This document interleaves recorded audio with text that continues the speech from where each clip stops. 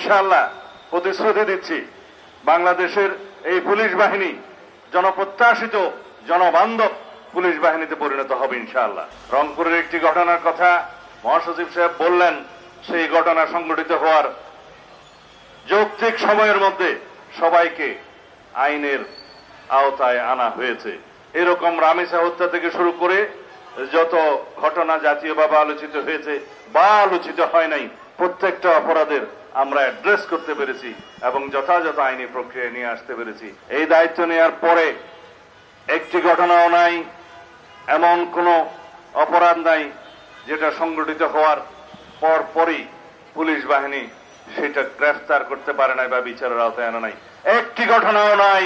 এটাই বাংলাদেশে বর্তমান সরকারের কৃতিত্ব। আইন শৃঙ্খলা পরিস্থিতি নিয়ে কথা বলেছেন। আমরা যে শৃঙ্খলা বাহিনী উত্তরাধিকার সূত্রে পেয়েছি, যে বিশৃঙ্খল পরিস্থিতিতে 24-এর ছাত্রগণ অভ্যুত্থান পরবর্তীতে যে বাংলাদেশ আমরা পেয়েছি, যে আকাশ সম উচ্চতার প্রত্যাশা জনপ্রত্যাশা আমরা পেয়েছি, আমাদের যেটা প্রত্যাশা আছে সবকিছু আমাদেরকে একই সাথে বিবেচনায় নিতে হবে। শৃঙ্খলা বাহিনীর আধুনিকায়ন, মনোবল বৃদ্ধি করা, তাদেরকে জনগণের সেবক হিসাবে কাজ করতে অনুপ্রাণিত করা, এই কাজগুলো একসাথে করতে হবে, যা আমরা করে যাচ্ছি। সরকারের 6 মাস অতিবাহিত হয়েছে। এই দায়িত্ব নেওয়ার পরে একটি ঘটনাও নাই, এমন কোনো অপরাধ নাই যেটা সংঘটিত হওয়ার পরপরই পুলিশ বাহিনী সেটা গ্রেফতার করতে পারে নাই বা বিচারের আওতায় আনা নাই। একটি ঘটনাও নাই। এটাই বাংলাদেশে বর্তমান সরকারের কৃতিত্ব। পুলিশ বাহিনী সহ সকল শৃঙ্খলা বাহিনীর আমি মাঝে মধ্যে প্রশংসা করি।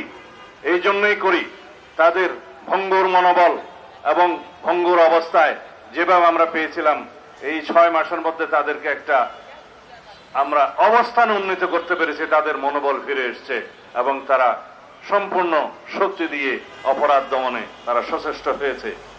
রংপুরের একটি ঘটনার কথা মহাসচিব সাহেব বললেন, সেই ঘটনা সংঘটিত হওয়ার যৌক্তিক সময়ের মধ্যে সবাইকে আইনের আওতায় আনা হয়েছে।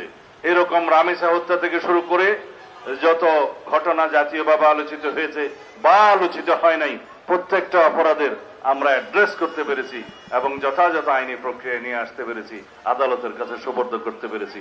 ক্ষেত্রমতে সমাজের চাহিদা অনুসারে সংক্ষিপ্ত সময়ে বিচারিক কার্য সমাপ্ত করার জন্য সহযোগিতা করেছি। সবকিছু আপনারা জানেন। এর চাইতে এই অল্প সময়ের মধ্যে আর বেশি কিছু আশা করা আমাদের মনে হয় ঠিক হবে না। তবে ইনশাআল্লাহ প্রতিশ্রুতি দিচ্ছি, বাংলাদেশের এই পুলিশ বাহিনী জনপ্রত্যাশিত জনবান্ধব পুলিশ বাহিনীতে পরিণত হবে ইনশাআল্লাহ। অন্যান্য শৃঙ্খলা বাহিনীর আইনি কাঠামোয় পরিবর্তন আনা হচ্ছে এবং তাদেরকে যেমন অ্যাকাউন্টেবিলিটি এবং তাদের জবাবদিহিতা নিশ্চিত করা হচ্ছে, তাদের কর্মকাণ্ডের ট্রান্সপারেন্সি স্বচ্ছতাও নিশ্চিত করা হবে এবং তাদের জন্য যেমন আমরা বলি দুষ্টের দমন শিষ্টের পালন নীতি অনুসরণ করা হচ্ছে, তাদেরকে আমরা পুরস্কৃত করছি, অ্যাওয়ার্ড দিচ্ছি, সনদ দিচ্ছি, বিভিন্নভাবে পদক দেওয়া হচ্ছে ভালো কাজের জন্য, তাদের কৃতিত্বপূর্ণ কাজের জন্য। তবে আমরা দুষ্টের পালনও করব। রাতারাতি বৈপ্লবিক পরিবর্তন আমরা কেউ আশা করতে পারি না।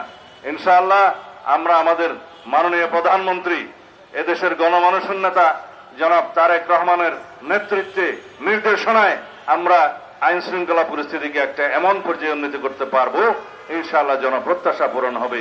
এই বাহিনী জনবান্ধব বাহিনী হিসেবে নিজেদেরকে প্রতিষ্ঠা করবে। আপনারা সবাই সহযোগিতা করবেন, অন্তত তথ্য দিয়ে সহযোগিতা দিয়ে আপনারা সকল বাহিনীকে সহযোগিতা করবেন। ইনশাআল্লাহ আমরা আপনাদের সাথে আছি। প্রথমবারের মতো প্রবাসীর সিটিতে শুরু হলো কমার্শিয়াল শপ বরাদ্দ। আপনার ব্যবসাকে দিন একটি আধুনিক ও সম্ভাবনাময় ঠিকানা। একই সঙ্গে নিশ্চিত করুন ভবিষ্যতে লাভজনক বিনিয়োগ। সীমিত সংখ্যক কমার্শিয়াল স্পেস এখন বুকিং চলছে। স্ক্রিনে প্রদর্শিত নাম্বারে আজই যোগাযোগ করুন এবং আপনার পছন্দের শপটি বুকিং নিশ্চিত করুন। স্পেস সীমিত, তাই দেরি নয়, আজই বুকিং করুন। প্রবাসীর সিটি, আপনার ব্যবসা ও বিনিয়োগের স্মার্ট সমাধান।